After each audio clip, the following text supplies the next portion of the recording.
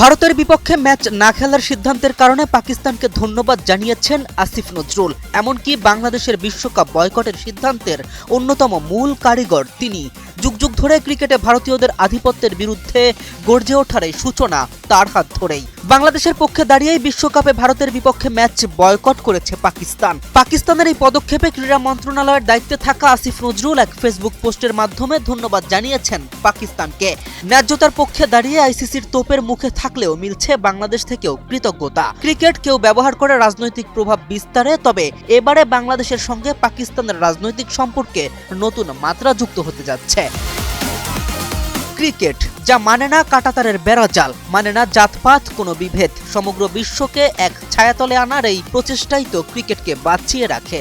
তবে ক্রিকেটে আধিপত্য ও রাজনৈতিক স্বার্থ হাসিলের অপসংস্কৃতি বাস্তবায়নে প্রখর চেষ্টা সর্বদা চালিয়ে যাচ্ছিলেন দুষ্ট প্রতিবেশী তথা ভারত। তবে অন্যায্যতা ও জুলুমের বিপক্ষে প্রথম আঘাতটি হানে বাংলাদেশ।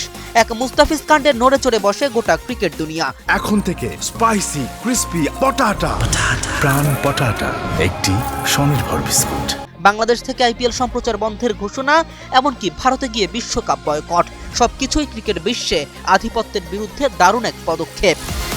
এ যাত্রায় বাংলাদেশ বরং বেশ একা হয়ে পড়েছিল। আইসিসির ভোটিংয়ে মেলেনি তেমন কোনো বন্ধু বা সমর্থকের সন্ধান। তবে এই তিক্ত ও বাজে সময়ে বাংলাদেশের পাশে দাঁড়ালো পাকিস্তান। বুধবার ইসলামাবাদে ফেডারেল মন্ত্রিসভার বৈঠকে বক্তব্যে শেহজাদ শরীফ বলেছেন, বাংলাদেশকে টি-20 বিশ্বকাপ থেকে বাদ দেওয়ার প্রতিবাদে পাকিস্তান ভারত ম্যাচ বয়কটের সিদ্ধান্ত নিয়েছে। তিনি আরও বলেন, বাংলাদেশের পাশে সম্পূর্ণভাবে দাঁড়ানো উচিত। এটি সময়ের সঠিক সিদ্ধান্ত, ক্রিকেটের রাজনীতি থাকা একদম উচিত নয়। এমন সিদ্ধান্তে সাধুবাদ জানাতে আসিফ নজরুল ফেসবুকে লিখেছেন, ধন্যবাদ পাকিস্তান। যেখানে ভারতীয়রা ক্রিকেট ব্যবহার করে অপরাজনীতি ও স্বার্থ হাসিলের চিন্তায় মগ্ন থাকে সর্বদা, তাদের বিপক্ষে এই পদক্ষেপ কিছুটা হলেও টনক নড়াবে। এমনকি বাংলাদেশ কিংবা পাকিস্তানের বিপক্ষে কোনো সিদ্ধান্ত নিতে গেলে আইসিসি দুইবার ভাবতে বাধ্য হবে। কেম রাফিন, নিউজ 24।